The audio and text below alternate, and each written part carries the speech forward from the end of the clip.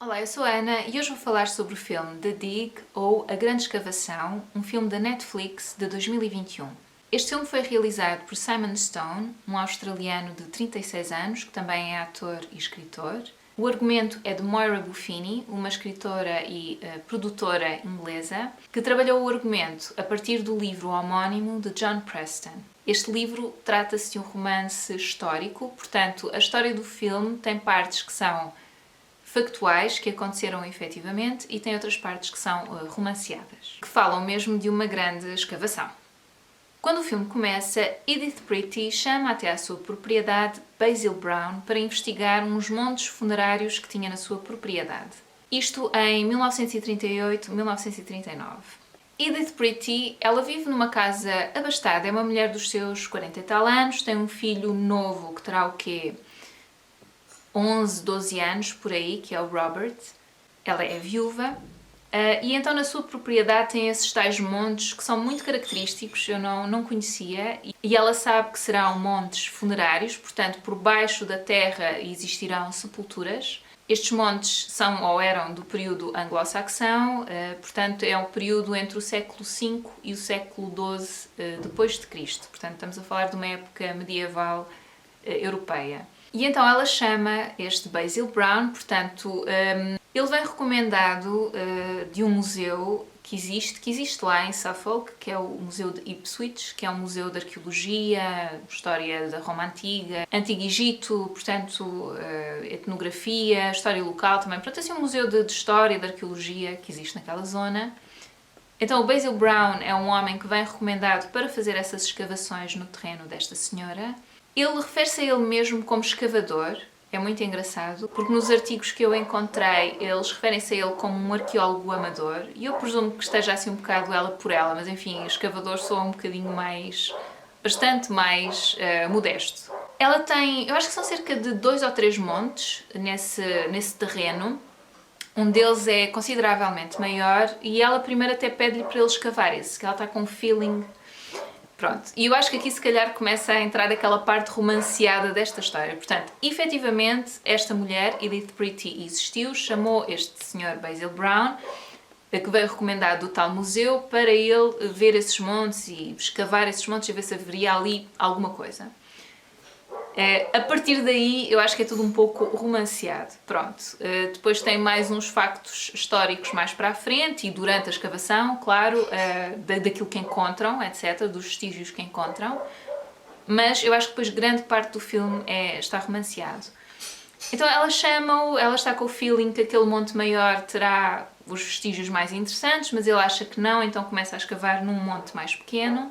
Eles têm uma relação bastante cordial, a dada altura até começam a conversar um com o outro e percebem que têm algumas coisas em comum, como o facto de terem aprendido e de terem ganho o gosto pela arqueologia através dos pais, do pai de cada um, pronto. Sendo que no caso de Basil Brown, talvez por questões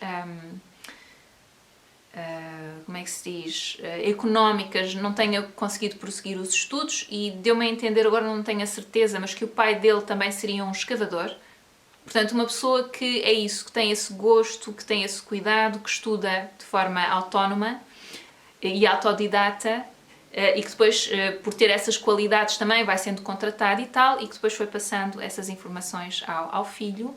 Porque depois também não é só uma questão de conhecer a arqueologia, e isso eu achei interessante e faz todo sentido, mas é também conhecer o terreno que estás a escavar, como é que é a terra, quais são as propriedades da terra, como é que ela se comporta, se preserva mais ou menos os objetos, pronto, tudo isso depois também entra na equação. Ele fala vagamente sobre isso, mas fala um bocadinho.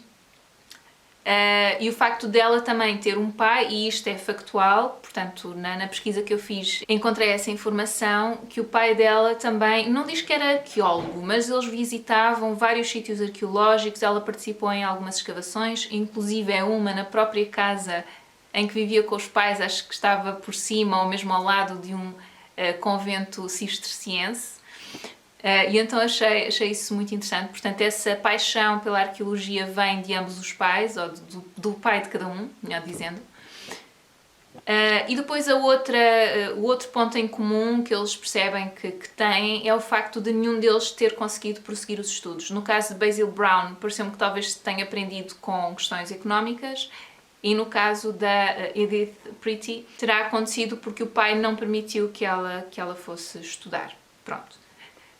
Ela até diz, e essa parte eu não encontrei, não sei se era verdade ou não, até tive a oportunidade de frequentar uma faculdade, mas o pai não quis. Então temos aqui duas pessoas com essa paixão pela arqueologia e que acalentam a esperança de que por baixo de algum destes montes consigam encontrar algum tesouro arqueológico.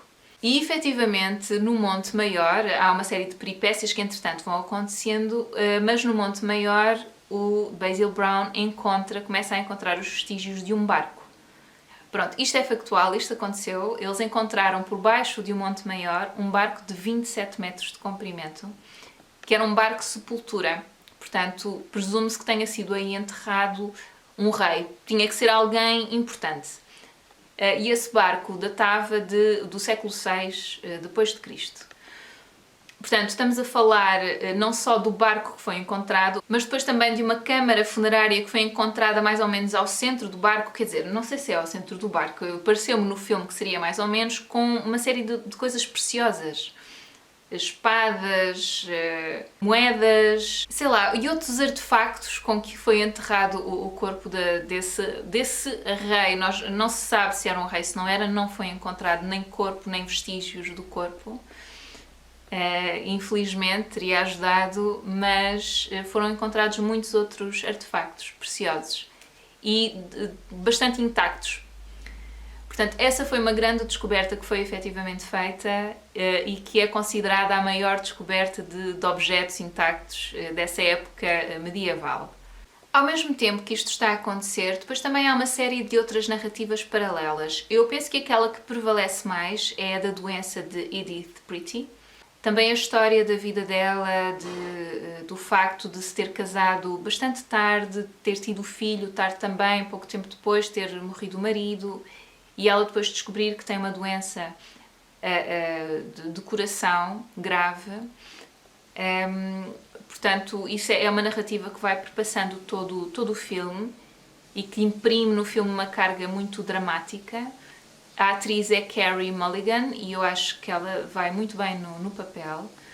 Basil Brown é interpretado por Ralph Fiennes, que é um ator de que eu gosto muito. Há um filme em que ele entrava que durante a minha adolescência era o meu filme favorito, que era O Paciente Inglês. Então eu quando vi que era esse ator, fiquei, eu gosto tanto deste ator, daquelas starstruck que uma pessoa tem, mas ele é bom ator, eu acho que consigo ser objetiva. E também vai muito bem neste filme. O Basil Brown é quase uma espécie de sábio artesão, eu não sei explicar muito bem, porque ele tem assim um ar rude, ele não tem assim aquele ar um pouco mais pomposo e também não quero ser injusta, mas assim um pouco mais aprumado dos académicos que depois acabam por ir fazer essa escavação e tomar conta dessa escavação de certa forma. Portanto, porque o Basil Brown, ele é visto como um escavador, eu acho que foi uma sorte eles terem encontrado aquilo, portanto ele foi recomendado pelo Museu de Ipswich, mas se calhar foi do género, bom, isso eu não sei, não é muito claro, mas parece-me que foi do género, bom, quem é que nós podemos dispensar para aquela senhora que acha que tem lá um tesouro? Vai o Basil Brown. Deu-me assim um bocado a entender isso. E depois ele estava a ser ajudado também por dois homens que foi a Edith Pretty que arranjou para o ajudarem, mas era mão de obra não qualificada de todo, porque o Basil Brown, apesar de tudo, tinha, mesmo que tenha sido uma qualificação que ele conseguiu por sua autorrecriação, por meio de muito estudo e de muita paixão pelo tema, não era qualificado tecnicamente, mas era qualificado. Pronto, não era só mão de obra, ele sabia o que é que estava a fazer e sabia, quando começou a encontrar o navio, tinha uma ideia do que é que tinha encontrado, não foi do género, o que é isto? Portanto, era uma pessoa culta.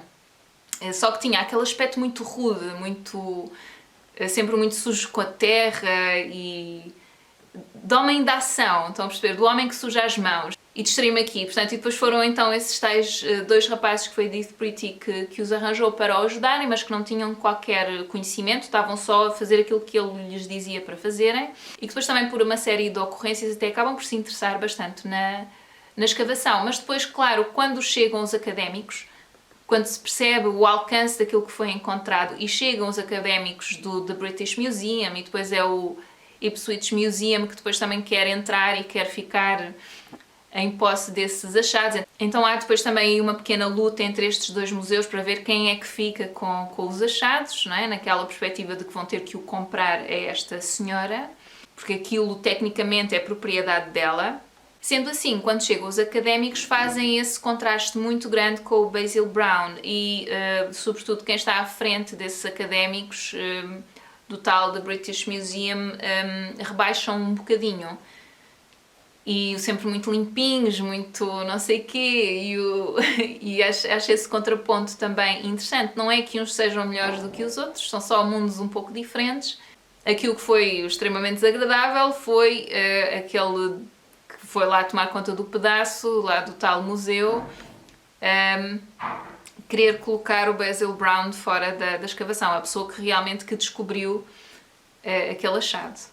E que fez um bom trabalho, não é? No período em que esteve ali a escavar aquele barco. Sendo que o barco, aquilo é muito interessante, porque é uma impressão do barco. Daquilo que eu percebi, ele já não está lá. Não sei se apodreceu na terra, mas estão as impressões na terra do barco. E quando fui ver na internet sobre o assunto, eles falam mesmo de impressão do barco. Isso é muito engraçado. Depois existem outras narrativas paralelas também, portanto, para além desta questão da Edith Pretty que está doente e não quer deixar o filho, do Basil Brown que de repente quer abandonar a escavação porque sente-se rebaixado, mas por outro lado quer continuar porque é a paixão da vida dele. Há outras narrativas, como por exemplo a equipa que vai trabalhar naquele sítio, há um casal em que há ali qualquer coisa que não está a funcionar muito bem entre os dois.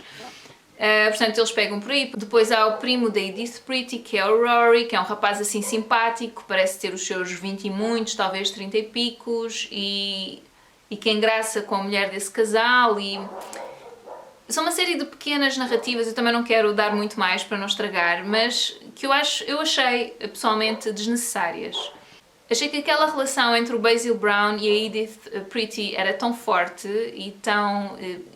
Pronto, e depois isso misturado com os achados arqueológicos e com essa descoberta e essa paixão que eles tinham os dois por essa área, pronto, e depois aquela parte mais também de conflito, de virem do museu e querer tomar conta daquilo e querer afastar aquela pessoa que descobriu inicialmente, não é? Para ficarem com a glória da descoberta, pronto, isso tudo eu acho que era suficiente, acho que era desnecessário colocar depois essas narrativas mais pequenas em paralelo. Eu não sei porquê, eu acho que há muito essa tendência neste momento de... O medo é tanto que as pessoas se aborreçam que estão sempre a inventar novas histórias dentro da história. Uma história que já é forte, que já é sólida e depois parece que tem que criar uma série de pequenas narrativas para não haver pausas, para não haver momentos mais calmos dentro do filme. Eu devo dizer que essa foi a minha percepção, mas não foi a percepção do Luís, que viu o filme comigo. Ele achou... Ele gostou dessas micronarrativas, eu não. Sinceramente não fiquei fã. Há uma outra personagem de que eu gostei bastante. É uma personagem muito discreta, ela não aparece muito no filme, e é a mulher de Basil Brown, portanto a May Brown. É interpretada pela atriz Monica Dolan, que é uma atriz que eu gosto muito, já a vi em muitas séries diferentes e acho-a muito versátil. E aquilo que me agrada nesta personagem é a afinidade que ela tem com Basil Brown, portanto o grau de entendimento que ela tem do próprio marido e do facto de os dois serem muito carinhosos um com o outro. Portanto, nós estamos a falar de um casal de posses modestas, portanto eu não diria pobres, mas que vivem de forma bastante modesta. E parece-me ao mesmo tempo um casal de sábios. Não sei explicar isto muito bem. Portanto, o Basil Brown é um homem muito focado naquilo que ele faz. Na arqueologia, ele também tem uma paixão por astronomia, ele leva o telescópio lá para a propriedade de Edith Pretty, porque ele fica lá a viver durante a altura da escavação. Pronto, para estar mais perto da escavação, há coisas que é preciso fazer assim de última hora, de repente, e ele tem que lá estar mais perto.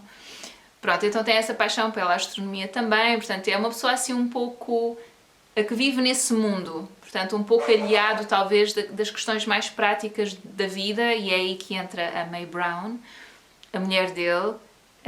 E há uma cena muito engraçada em que, e é logo no início, nós percebemos que ele anda a receber cartas, mas nunca as abre, e de repente entra no quarto e está lá a mulher dele. E ele não sabe que ela ia aparecer, e não sabe porquê.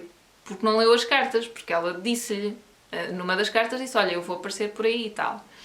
Está-lhe a remendar umas camisas e etc. Não vai ficar a dormir, portanto ela vai voltar para casa. Ou seja, é muito engraçado porque não é aquela figura maternal que às vezes se faz neste tipo, ou que se cria neste tipo de relação, em que a dada altura parece que a mulher está a tomar conta. Não é tanto assim, eles têm uma relação bastante de igual para igual. Eu gosto desta mulher assim prática, forte e que compreende bem o marido e quer que ele seja bem sucedido, mas não tanto bem sucedido em termos de glória, mas que ele esteja bem. E isso é muito claro depois numa cena mais à frente em que o Basil Brown está para desistir da escavação, sente-se rebaixado, e ela relembra-lhe porque é que ele está a fazer aquilo. Numa conversa que eu achei muito engraçada, muito dinâmica, em que ela vai-lhe fazendo perguntas, ele vai respondendo e as perguntas dela destinam-se a que ele perceba as verdadeiras razões porque ele está naquela escavação. Porque ele de repente parece que meteu-se naquilo pela glória, e não é verdade, ele esqueceu-se entretanto. Depois daquele achado arqueológico que deixou toda a gente assim aérea, ele esqueceu-se de qual era o propósito inicial dele. E porque é que ele se mete naquelas coisas. E naquelas buscas e naquelas escavações, etc. E então eu achei esse diálogo também muito simples, mas muito entrenecedor e muito sábio.